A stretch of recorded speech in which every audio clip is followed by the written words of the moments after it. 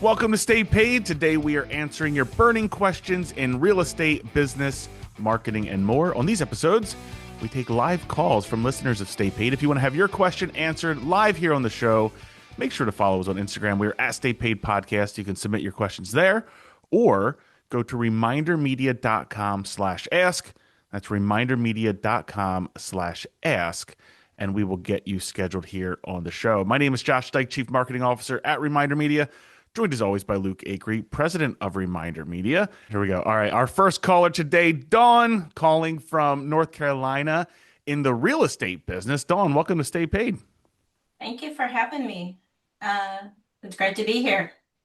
Dawn, it's awesome to have you on the show. What can we help you with? Okay, so I have my biggest question. That is, I know I need to be the digital mayor of my town to stay on top of my businesses, right? So, but I'm struggling to try and figure out how to keep my production going and wondering if I had like 2 hours a week, what would be a specific platform to use for marketing or content? With for ROI. Okay. Right now. Great question. So give me a little bit of background on what you're doing so far. So are you currently using Instagram, YouTube, LinkedIn? Like what's your current content marketing strategy? Right now, I am just using mostly Facebook Marketplace. Not Facebook Marketplace, but Facebook. I have a can tell Facebook you page. shop a lot on Facebook Marketplace, Don. I can. I know. Well, I just got done posting some stuff on Facebook. You and my wife Marketplace. Megan have that in common. It's just like the strange things you're able to find on Marketplace. Yeah. I know. Well, I have a few extra businesses. Besides besides doing real estate, I do a few other things. Nice. So, Marketplace is one of them. Okay. So Facebook is where you're mainly at right now for your business? Right. Or Okay. word of mouth. Sweet. Do you know your page? Like, is it just your name? Because Josh, you can maybe look that up as we're talking. So we can It get is. I can tell you in just a second what it is. and give us background on what type of volume or transaction count are you doing a year, so we understand kind of where your business is at from a growth standpoint. Okay, so my Facebook page is Homes with Dawn or Homes by Dawn, Okay. and I am new. Okay. I have not done much with real estate. I've been a realtor for about a year. Okay. But I'm also an insurance broker, so Okay. insurance was kind of the biggest thing for the last year. And I've only done it one sale so far this year. All right.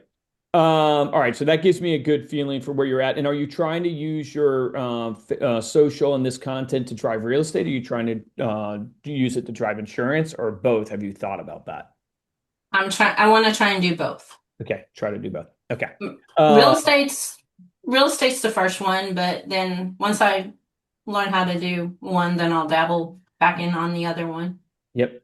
So the reality, what I like about what you're saying is you want to invest 2 hours, I think you said a week, to it, which is Right. great because you're already thinking timeline of consistency and what can you do. What I always coach people with content, it's always difficult to be a creator. It's a lot easier to be a documenter. So it's like instead of waking up every day and going, how can I create a post for social media or what can I create this week? You can do more just documenting your life. So, this, for example, you're on Stay Paid right now, educating yourself to grow your business. You could take out your phone and just literally going on the Stay Paid podcast right there, snap a picture of us with you and going, learning how to grow my insurance and real estate business to serve my clients better. And that's a post, right? And it's great because it's showcasing what you do. It's giving people behind the scenes and it's just documenting. So it's so much easier. So when you're like another example would be when you're going about your day and maybe you're showing somebody a house.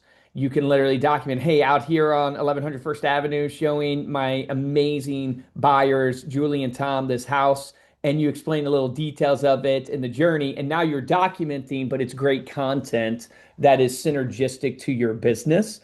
And then you take it one step further and you go from just not only documenting to being what I always call as the educator. So people buy from people they trust. We tend to Right. trust people who educate us. So we tend to trust coaches, teachers, pastors, therapists, things like that. So you've got to get yourself into more of an educational um, lens for your clients and followers. That comes from answering people's frequently most asked questions. So I would go to AI and I would say, what are the top 20 questions that people are asking about X, your business in real estate, your business with insurance? I don't know if you do health and life, Medicare, whatever you're doing. Everything. Boom. Okay, perfect. So then you get those 20 questions. That becomes what? That becomes content that you can now produce. You can literally answer those questions for Okay. people. So this is kind of giving you a framework of what type of content could you be doing in the 2 hours per week? And now we can get into like the how of doing the content. The last thing I would give you on what type of content is you should do or give some thought to what value pillars you have, or content pillars, you could call them. So for Mm-hmm. me, business is a content pillar for me. Reminder Media, what we're doing in our real estate, that's our podcast. Also a content pillar for me is my family. So, right, I'm married to my wife, Megan, 2 kids, now three technically, because we just had Hannah Grace. And so that's like a content pillar. And so now I know when I'm going to post, I'm like, man, what do I post about? What do I want to post and document? Well, part of my content pillar is my business. So I want to document things about Okay. as part of my content pillar that I committed to is my family. And so you need to decide what are your top 3 to 4 content pillars that you want to be known for. Insurance, real estate, is it family? Is it faith? Are you into music? Are you into running, like a run club? Like what is it that is one of your hobbies that can become a content pillar? Now you have your content pillars. And then if you want to get really deep, I think we learned this from Brock Johnson. It could have been, I think her name was Millie, right? Josh, the other really big Instagram influencer. So I want Yep. to give credit to the right person. But they said then you take your content pillars and you make them essentially your value pillars, which is um, how do you want to go about that content? So there, a value pillar would be like, I want to be educational. I want to be Right. inspirational. I want to be uh, funny. I want to be perceived as motivational. So then you go, hey, I'm on the Stay Paid podcast, learning how to grow my real estate and insurance business. If you ever find that you're down and out in your business, I'm right there with you. You got to get around the right environment. Like now you're taking a motivational lens through how you're documenting that. Does that make sense what I'm saying? It's like you have your Yeah. content, so you document, you have your content pillars that you're documenting, and then you think, am I trying to educate my audience here? Am I trying to motivate them? Do I want to be perceived as funny and just authentic? Like, what is my value pillar that I'm trying to get across? That's a great framework to think through when thinking about your content. Then, when it comes down to the actual where do you post and how often and how do you create leverage? If I'm you, you're already on Facebook. That's probably where most of your friends and stuff are. I would commit to one, if not 2 platforms. Meta really owns Facebook and Instagram. So I would commit to Meta and be posting on Facebook and Instagram. I And would love to do YouTube, but YouTube, I would love for you to do YouTube. It is a bigger commitment. You should yeah. be doing it, but it's a bigger commitment because But it's it's still a video. great platform for those same shorts. Like you could launch a YouTube page and not have to do long form YouTube content. You could still Great point. post as your shorts, the things you're posting on Facebook and Instagram as well. Yep. And then YouTube, Okay. you could also do long form educational topics or long like listing videos. So YouTube, you could do listing videos. You could And the do long great thing form. is like you can sit down, do a webinar or like do one of those long form educational videos, pull up a web page, talk about the market, and then use like Opus Clip or use what we use, Riverside, and it'll literally create a Instagram reel for you. It'll edit your video for you. It'll find the best hook, it'll find the best pacing, it'll clip it up for you automatically. It gives you like 20 different options in Opus Clip, and it literally I'm not technology. it's no technology. That's what I'm saying. That's the great part about it. It's like literally jump on a Zoom, record yourself, throw that into Opus Clip, and it'll literally give you 20 clips that you can just download it. It subtitles them for you. It edits it cuts it up for you, finds the best score for the content. Super, super easy. Like really, honestly, very easy. So practically, you could think of it as you go to AI, you ask AI to give you the top 20 questions consumers are asking about your Mhm. services. Then you get a friend to get on Zoom with you and ask you the question. You then answer the question on Zoom, record that Zoom, then download that video from your Zoom because you can do that, and then Mhm. take that and upload it to Opus Clip, and it will clip up those videos for you. And now you can have Okay. that to run on your YouTube. So it's literally three steps. You ask AI to give you the questions. You get a friend to record it with you, asking you those questions either on your phone or Zoom. You upload that video to Opus Clip, and now you have 15, 20 clips that you can use. Josh, were you able to find her Facebook page?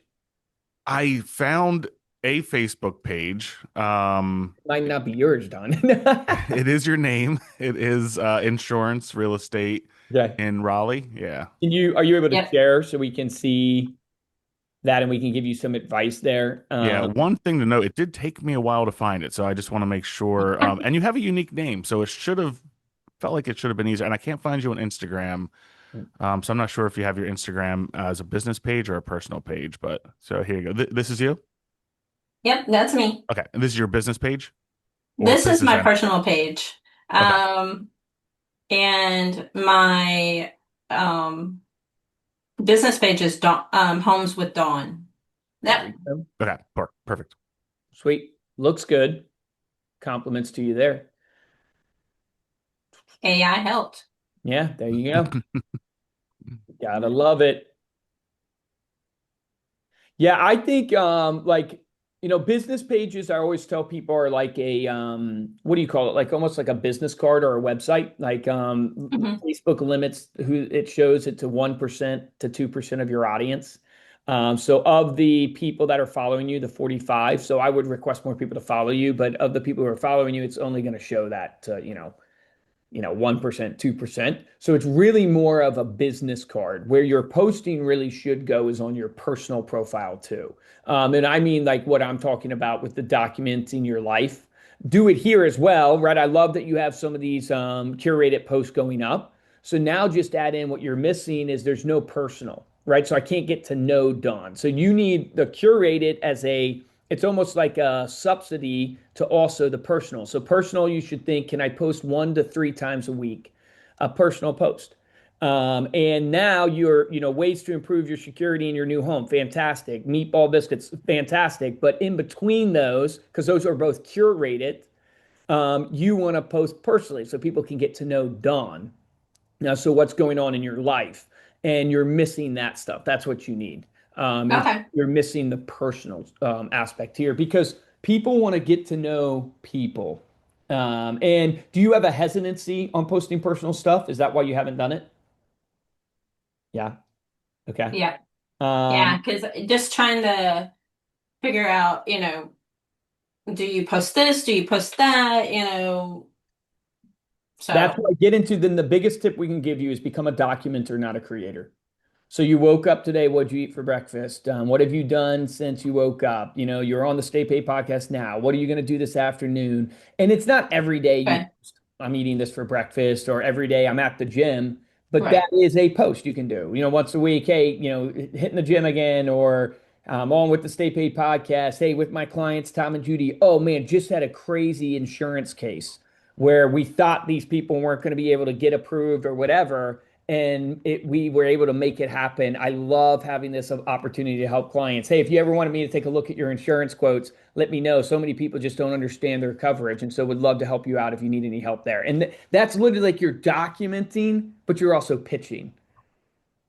Okay. So hopefully that makes it easier for you because your page looks good. You're posting Very consistently. professional looking. Yeah. It's all curated, so that's not terrible. It's just not going to drive engagement. It's going to drive Right. professionalism.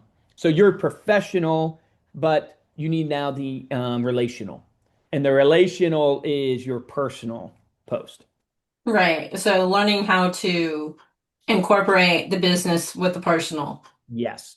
And the Yeah, I've easiest way always to tried do to keep that. them separate. Yeah, and I would not. I would merge them together. And the easiest way to do that is just documenting your life. If you think about the people that do social extremely well, they are just open about their life. And the saying is your social should be more like a reality TV show than a TV commercial. And most businesses make the mistake where it's a TV commercial. It's always professional, it's always producing a product or something like that, where a TV reality show is way more crazy and it's showing everyday life. Um, Right. Sweet. Okay. Awesome. Any other questions on that to give you clarity? So would you, if you're doing the platforms, Yeah. and would you like with Facebook, would you keep a business page Yes. and with your personal Yep, or absolutely. Because your business page helps you with SEO. Your business page will help you, I'm sure, with AI. And your business page will also help you with professionalism because you can get reviews. You can make sure all your contact information is up there, right, and searchable. But your business page is not going to be the place to engage. Most people, some people get lucky and their business page gets some engagement, but most people do not get engagement through their business pages on Facebook. So it's more of a business card online. And your personal profile is where you're going to get a ton of the engagement. And so your personal profile, you can reshare what you did on your business page. yeah. But it's your personal profile that's really going to give you that engagement. And if you're putting 2 hours a week, right? I would, if I'm you, it's like 15, 20 minutes a day where you are going in and you do a document of what's happening, and then you use 5 minutes to engage with people, comment on their pictures, like their stuff. That is your best social media strategy, is you just document and then you engage yourself with people. That Now, sounds good. go ahead. I Awesome. think I can handle that. Sweet. And then I'll give Very you cool. massive encouragement of, in your position, right, especially because you're brand new in real estate and just trying to get off the ground, is don't think of social as an influencer type social. Think of social as a way to connect with your sphere. Think of your social Okay. right now as, I want to friend all of the people in my database, all of my clients, all of my prospects, because social becomes just like an email is a touch point, just like a magazine is a touch point, right? The social is a touch point. So don't think of social as like I have to be some influencer that's posting great content. Think of social as like, oh, it's Bob and Judy. They went on vacation. Hey, Bob, Judy, your vacation looks awesome. We should catch up soon. And it becomes a system to keep you in front of your sphere. And from there, the deals will start pouring in. And every once in a while, you might get a really engaged post, but the majority of your posts are just to keep top of mind with your sphere. Sweet. Awesome, Don. John, Thank you so appreciate much. you so much. Yeah, thanks for joining the show. We're going to follow your journey. Awesome. All right. Thank you. Thank you. I go Take crush care. it. All right. Bye. Bye. All right. There you go. Make sure to get your questions answered live here on Stay Paid. You can go to remindermedia.com/ask and we will get you scheduled here on the show, or you can follow us on Instagram. We are at Stay Paid Podcast. Next up, we have Doug. Doug is calling from, let me pull it, Texas, right? No, Pennsylvania. You're our neighbor, Doug, in real estate right down the street from us. Welcome to Stay Paid. Well, thank you for having me. As you said, I'm right up the road from you here in Pennsylvania. And, I'm relatively new in real estate, been in real estate for 2 years. Okay. I do have a very large sphere of influence. However, I feel like real estate agents are constantly being bombarded with companies promising the next big lead generation strategy, product, or service. Inventory is very low in our area, as you know. It's a very competitive market. And sometimes it feels like we're all fighting over the same 3%, both inside and outside our sphere. So how do you personally cut through all the noise and decide what is actually worth investing in? And sort of beyond just generating leads, what have you found that really works when it comes to turning those leads into actual transactions and long-term relationships instead of just a bunch of hype? Yeah, great question, man. And congrats being in the business. Give me an idea of how successful your year has been so far. Any closes this year? What's your closes or volume look like? Yeah, so I will tell you, to be very honest, it took me 9 months to complete a transaction. That's that's not bad. 2025 was a really good year. I was really happy with the number of transactions I did. My average price was twice the average for our county. That's awesome. Doing really well. This year, I feel it's been off. 2026, I feel it's been a slower start. Okay. for me, and trying to figure out like how do I sort of jumpstart that. There's stuff in the pipeline, but yeah, I feel like it's moving slower. Yep. Love that to hear that you had a killer 2025. 2026, I'm not surprised it's a little slower. Can you give me an idea? Like, have you closed any this year? Like, what's your current volume? Like, how many Yeah, I've closed like two this year. two this year? And is your average price point 500,000, 700? What? Well, this year it's been much lower. Okay. Last year my average price point was like Okay. 450 to 500. This year it's like 250. Okay. Okay. So I love what you're saying too about it seems like everybody's calling real estate agents and promising them the world. I agree with that. It's just the number of marketing companies, and ourselves included, are a marketing company that are Yes. calling them real estate agents. I always tell people, don't listen to what people say, watch what they do.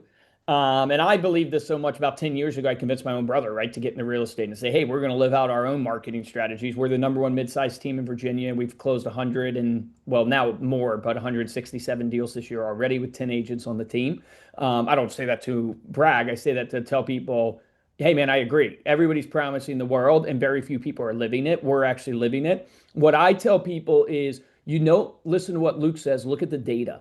So if Doug, you're going after buyers and sellers, where do buyers and sellers come from? Not what Luke says, not what another marketing company says. What does the data say? And the National Association of Realtors does research every year, and it is literally 56% of buyers and like 64% of sellers come from referral and repeat business. Yeah. So I always share with people, it's like if you're going to go fishing, why would you not first fish and put your effort where 50+% of the fish are? And so you got to start with, well, if it's referral and repeat business, what causes referral and repeat business? That's a relationship. So that's your sphere. And that then gets down to, well, how do you do relationships at scale? And if you look at the stats, like Tom Ferry came out with a stat, I think he partnered with Fellow to get it. It's about 7% of people move a year within your database. So how big is your database right now, Doug?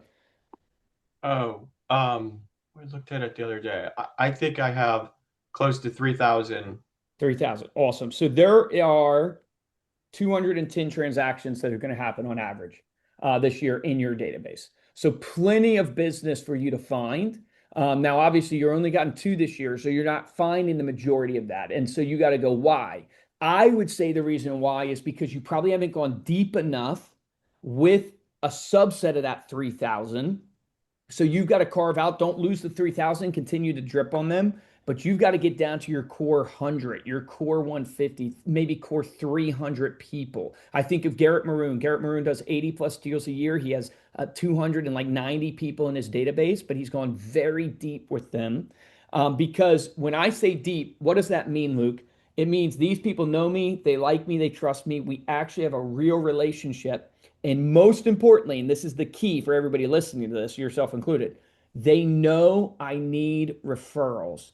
And I have physically asked them, do they know anyone that they could refer me to? Or do they need any help buying, selling, investing in real estate? This is the mistake most agents make is they build a database, but they don't actually train their database or ask their database for help, ask their database for giving them referrals. Why? Because they don't want to be perceived as salesy.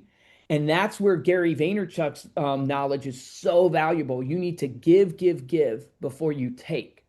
So you need to go, who are my core 150? How do I give to them? How do I give above and beyond? How do I share with them education and info on the market? How do I do a client event and invite them to the client event, free ice cream, ice skating? How do I pop by their house and just, maybe do some cool little pop by gift? Or better yet, how do I go for a cup of coffee with each of them maybe once a year, call them and check in once a quarter, just see how they're doing? Just giving. Hey, man, come to my client event. Hey, did you know your house is worth this right now? Hey, how are the kids? We haven't talked in a while. How are the kids doing? Give, give, give. And then you can go, hey, Doug, I have a lofty goal for my business this year, man. I want to help 100 families.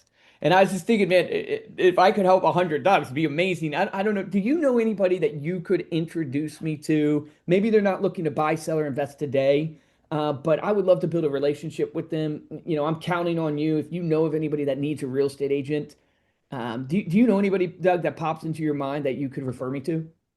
And you ask them that question after you've stacked the giving, and that's where you'll get referrals. Out of our business, 53% of it is coming from referrals right now. All right, of all those 167 deals, whatever close. And so I tell people where, like, the mistakes in this is what? One is you have 3,000 in your database, you need the core 150, you need the core 300. So that's where that's a first action item for you. Your database is awesome. You're probably dripping on it. Fantastic. I think you're a Yeah. client of ours, which is freaking love Yes. you. Come across the screen, give you a hug, my man. But but you got to narrow to who are my top 50 that I'm sending the magazine to, top 100. Have I called them? Have I invited them to a client event? Have I asked them for a referral or asked them if they need help buying, selling, investing? And that's the key activity.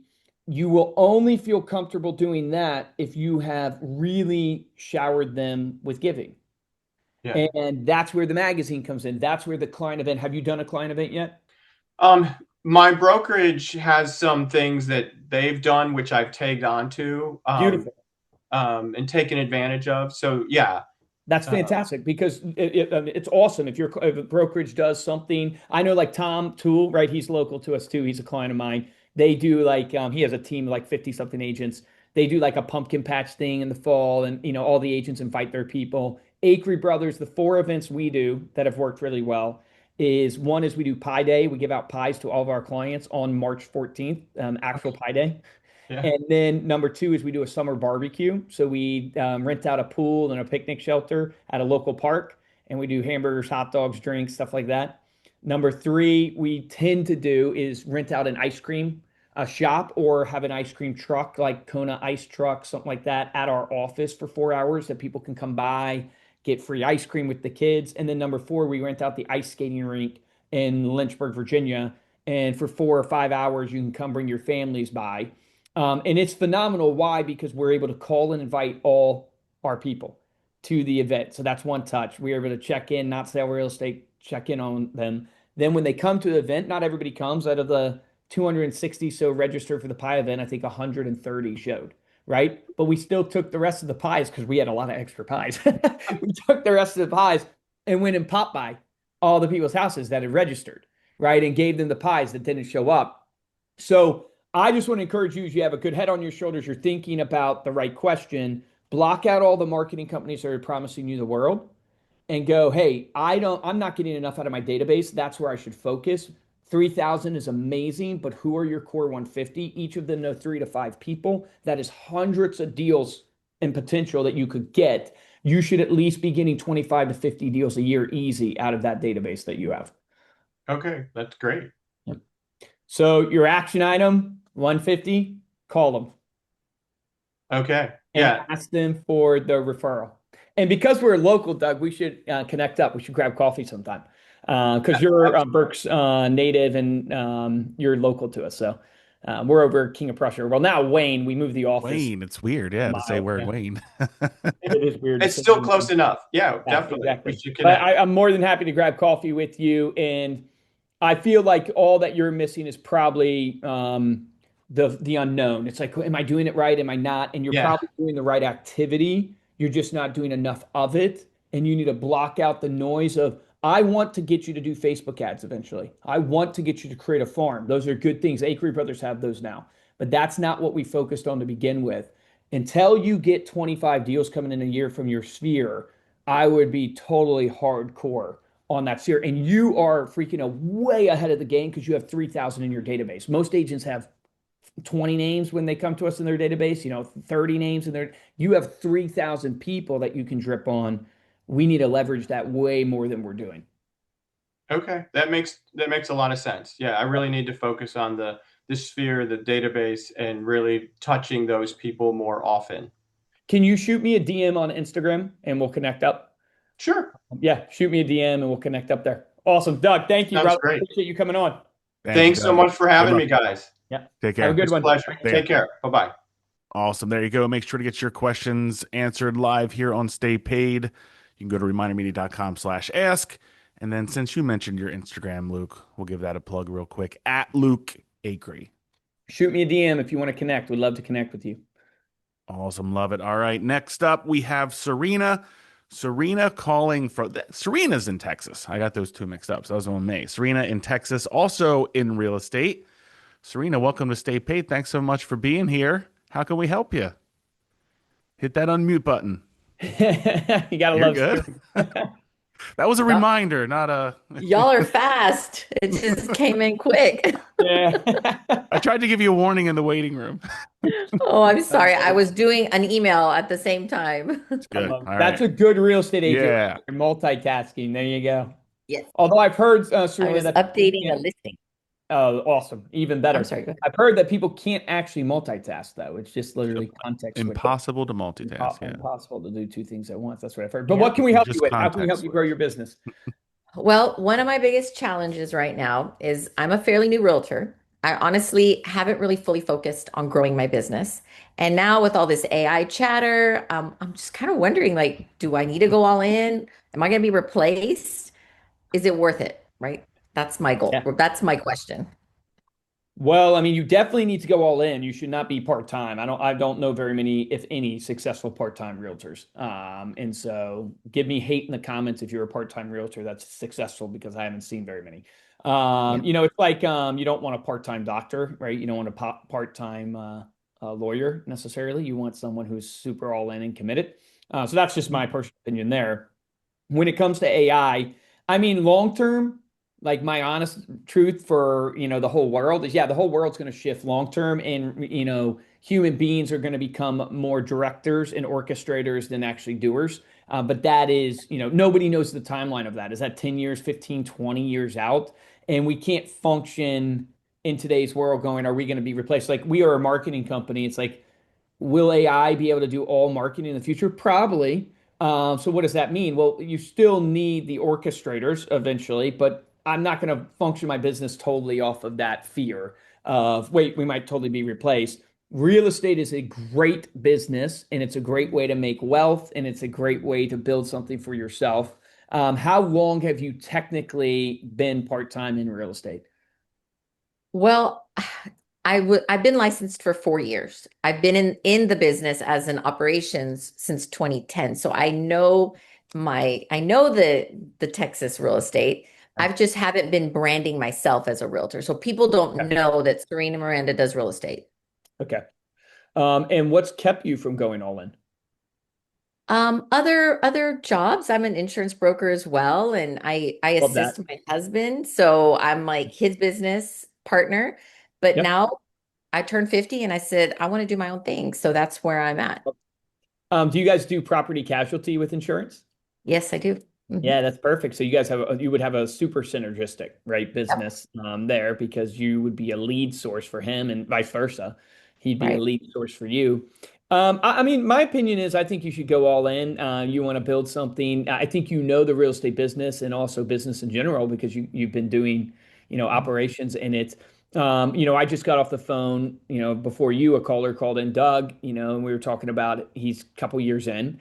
The key to this business is it's a database business. You got to get your target audience to know, like, and trust you. In real estate, the beautiful thing is almost everybody's your target audience, because everybody has to live somewhere. And so, what I would encourage you to do is start with your sphere, get those into a database if you have not. And then focus on building that database. The stat we told Doug is that 7% of a database will transact a year.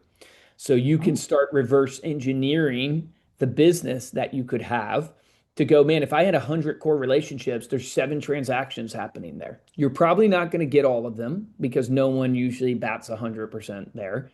Let's say you get 30%, 40% of those, hopefully more, but 30, 40%. Well, you're getting a couple deals just out of 100 people in your database. So then you go, well, how do I get 10 deals a year? Well, your database needs to be bigger. And you start building that database, and marketing to that database to go all in real estate. The agents that I've seen that have been successful have one thing in common, and is that they set up their calendar to honor it, and they put prospecting on their calendar every single day. And usually what I see is that it's in the morning from 8 to 11 is where a lot of people like to do their prospecting. So if I'm coaching you to go all in, I would say, Serena, Start and get your database in order. Number one thing, you show up the next day and you prospect from 8 to 11. First prospecting you do is you prospect your sphere. Call them up, check in on them, ask them for referrals, see if they need any help buying, selling, investing. Then you move to growing your database, which is prospecting the anonymous public. Now, if you have some money to spend, you could prospect bottom of funnel anonymous people, which is Zillow leads, realtor.com. You could do that. That just costs money. If you Right. don't have a lot of money, but you still want to get people who are interested, you could go Facebook, Google. That's more top, middle of funnel. That will cost you, anywhere between $8 to $20 a lead for those. Or you could go really top of funnel free, which is circle prospecting, which is you basically pick the neighborhood you lived in or live in, and you pick an activity that happens. So a listing came on the market, something sold, and you call around the neighborhood and let people know of that activity, and then ask them if they had any interest in buying, selling, or investing, and you build your database that way. So I'm not trying to oversimplify the business, but it is pretty simple. It's a database business. You have to build your database because 7% transact a year. You have to figure out ways to build that database. There's a ton of different ways to do that, but you have to commit to your calendar where every single day for 2 to 4 hours, you are prospecting to build that database. First, you focus on nurturing the database you have, then you move into adding new names to it. Does that make sense? It does 100%. Okay. So are you going to go full time into real estate? That is the question, Serena. And I am, because I'm a people person anyway. So I know a lot of people because I'm a business owner. So I'm around now. I just have to ask for it, right? And I have to start getting in front of them as Serena Miranda, the realtor. And I know that that's where I want to be. So I'm excited. Yeah, I would encourage you, like if I'm you, just build your database. You probably have a huge one. Your insurance database could be massive. Send out an email to them for a free home equity report. That could be Ooh. just a massive tap into all of the clients your husband and you have, and ask them, you want to know the value of your home and see any, or if you were to receive a cash offer in your home, do you want to know what that would be? All those people were like, yeah, I would love to see a cash offer. Now those are leads for you that you can nurture and prospect. What's killing it for a lot of agents that I'm talking to right now, killing it is relative, but what's killing it that I'm seeing is open houses. So if you could start running some open houses for some other agents in your brokerage, that would be phenomenal. And then move to leads. So first sphere, then open houses, then leads. That's how I would look at it if it's me. Okay. Sweet. Awesome. Thank you, Serena. Thanks, Serena. Thank you. Appreciate it. Go crush it. All Thank right. you. Take care. We'll see you. Bye. Bye. All right. There you go. You can get your questions answered live here on Stay Paid. Remindermedia.com/ask. Awesome callers today. They Yeah. were great seriously. questions. Like very Great question. And Serena's going to crush it. Like she's a true professional. Like they have a real such a business. people If person they too. You just can tell. if they just tap into that business, Yeah. she's going to do phenomenal. No, I thought that was good. A lot of really good tactical advice for veterans and new agents alike. There you go. If you like this episode of Stay Paid, go ahead and head on over to our YouTube channel. Make sure you are subscribed. You've got those notifications turned on, and you give this video a thumbs up. And if you disagree with Luke's statement about part-time real estate agents, we would like to hear about that in the comment. Maybe we can get like a new format where we battle, debate.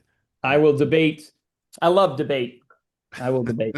And are we going to be replaced by AI? Probably.